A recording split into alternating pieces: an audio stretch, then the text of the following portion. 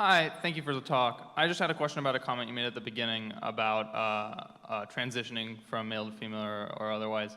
Yes. You've talked a lot tonight about how important it is to let people believe what they want to believe and how the government and us have no say telling people what they should think or what they should be able to say.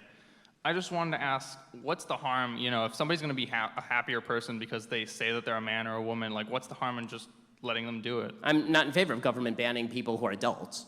Children I'm in favor of banning because now you're talking about somebody who's not capable of consent. Right? All of our laws are based on the ability of people to consent. If you're a child, you can't consent.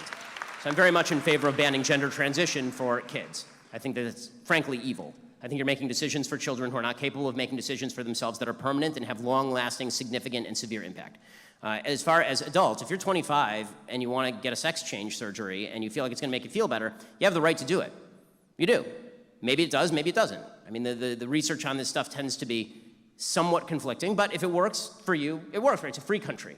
Now, that's really not the question that's being asked in our society today, because I don't think there are that many people who are like, we want to ban gender surgery for a 30-year-old.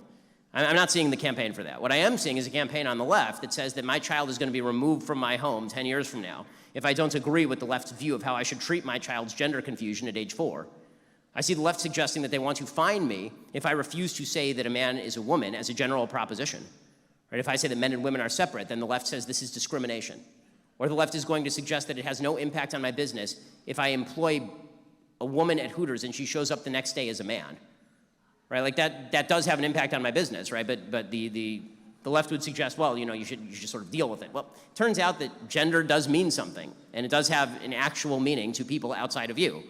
I'm not going to go along with the general societal willingness to rewrite basic facets of human nature and human biology, and frankly, mammalian biology, in order to suggest that a delusion is true. Now, if the best thing for the person is for the person they can't change what they're thinking, there's no way for them to get out of it, they want to change their body so that they feel that it is more in line with what they're thinking, more power to them, that's their problem. And as I've said before, by the way, I've said this 1,000 times and everybody on the left automatically ignores it, of course.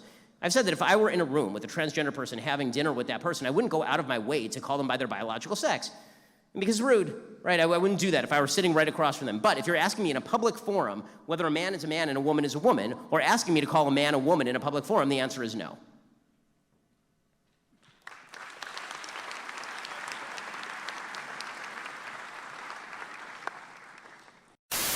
É graças a essas pessoas incríveis que eu posso estar trazendo conteúdo para vocês. O Warlei, a Sandra, a Majestade, o Thiago, o Antônio, o Arthur, o Carlo, a Erika, o Rubens, o Caio, o Flávio, o Gustavo, o Vunho, a Spanish.vaz, o Eduardo e a Renata. E é isso aí, pessoal. Não se esqueçam de deixar seu like, seu comentário e até mais. Fui! Grande abraço.